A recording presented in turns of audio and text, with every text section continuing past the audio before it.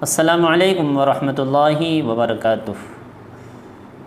اسلامی سال کہاں سے شروع ہوتا ہے، اس کے بارے میں تھوڑی سی تفصیلی بات انشاءاللہ آپ کے سامنے میں کروں گا۔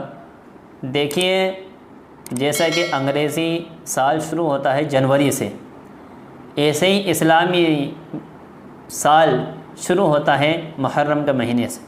محرم کا مہینہ بڑا ادب و احترام ہے، جس کو اربعۃ الحرم کہا گیا، حرمت والا مہینہ ہے، ادب و احترام والا مہینہ ہے، پاکیزہ مہینہ ہے۔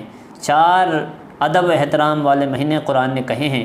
ان عدۃ الشہور عند اللہ 12 شہرا فی کتاب اللہ یوم خلق السماوات والارض منها 4 حرم، یہ سورۃ توبہ کی آیت ہے۔ اس کے اندر اللہ رب العالمین نے فرمایا ہے کہ یہ 4 مہینے ہم نے ان کی حرمت بیان کی ہے۔ زمین و آسمان جب پیدا کیا تھا اس وقت سے یہ 4 مہینے ادب و احترام اور عظمت والے مہینے ہیں۔ یہ خلاصہ آپ کے سامنے میں نے پیش کر دیا۔ جن حضرات کو ترجمہ دیکھنا ہے وہ قرآن میں دیکھ سکتے ہیں۔ بہرحال تو اسلامی سال محرم کے مہینے سے شروع ہوتا ہے، اور محرم کا مہینہ بھی ان 4 مہینوں میں ہے۔ وہ 4 مہینے کون کون سے ہیں، یہ آپ کو میں تھوڑی سی اس کی تفصیل بتا دیتا ہوں۔ ذوالقعدہ، ذوالحجہ، محرم اور رجب، یہ 4 مہینے ہیں۔ یہ 4 مہینے حرمت والے ہیں، یعنی ادب احترام والے ہیں۔ یہ پہلے سے ہی ادب احترام والے مہینے 4 مہینے۔ یہ نہیں کہ اب ہوئے ہیں ادب احترام والے مہینے، بلکہ اللہ کہہ رہے ہیں جیسے زمین و آسمان ہم نے بنایا ہے اس وقت سے ادب و احترام والے یہ 4 مہینے ہیں، 4 مہینے ہیں۔ تو اس کو اچھی طریقے سے آپ ذہن میں بٹھا لیں اور رکھ لیں کہ یہ 4 مہینے پہلے سے ہی، جب سے زمین و آسمان اللہ نے پیدا کی ہیں، جب سے ہی اللہ رب العالمین نے ان کی حرمت کو بیان فرمایا ہے۔ تو اسلامی سال شروع ہوتا ہے۔ دیکھو اسلامی سال، دیکھو دنیا کے اندر یہ مشہور ہے، یہ اسلامی سال کا پہلا مہینہ ہے۔ دنیا میں کئی طرح کے کیلنڈر چل رہے ہیں، جس میں سب سے زیادہ مشہور جو کیلنڈر ہے وہ ہجری اور عیسوی کیلنڈر ہے۔ یہ 2 کیلنڈر سب سے زیادہ مشہور ہے۔ ہجری کیلنڈر اسلامی سال کے اعتبار سے ہوتا ہے، اور عیسوی کیلنڈر جو ہوتا ہے وہ انگریزی اعتبار سے ہوتا ہے۔ تو یہ سال شروع محرم کے مہینے سے ہوتا ہے۔ اس کی کیا تفصیل ہے، تھوڑی سی آپ کے سامنے میں یہ بات رکھ دیتا ہوں۔ دیکھیے، تاریخ لکھنے کا رواج تو پرانے زمانے ہی سے تھا، مگر سال لکھنے کا رواج نہیں تھا۔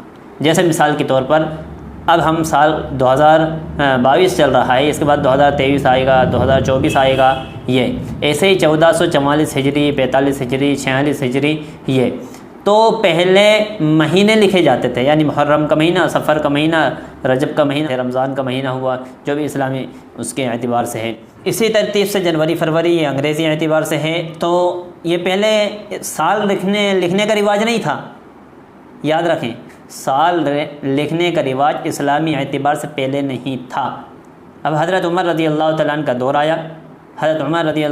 کا دور آیا، جب خلیفہ بنے تو سال لکھنے کی وجہ سے ان کو بہت ساری پریشانیاں، نہ لکھنے کی وجہ سے بہت ساری پریشانیاں جھیلنی پڑی، بہت ساری پریشانیاں کھڑی ہوئی، اس لیے کہ خلافت جو تھی، حکومت جو تھی، حضرت عمر رضی اللہ تعالیٰ عنہ کے پاس تھی، کیونکہ ان کے پاس حکومت کے کاموں کے متعلق بہت سارے سرکاری کاغذات ہوتے تھے، جس میں ماہ سال کے اعتبار سے تاریخ کا ہونا ضروری تھا۔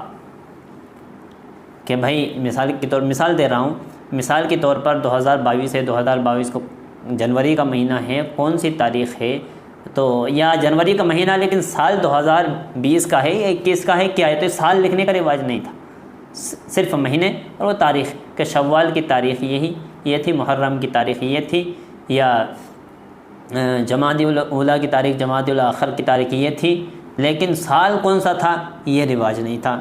تو حضرت عمر رضی اللہ تعالیٰ عنہ کو بڑی پریشانی آئی سرکاری کاغذات کے اعتبار سے۔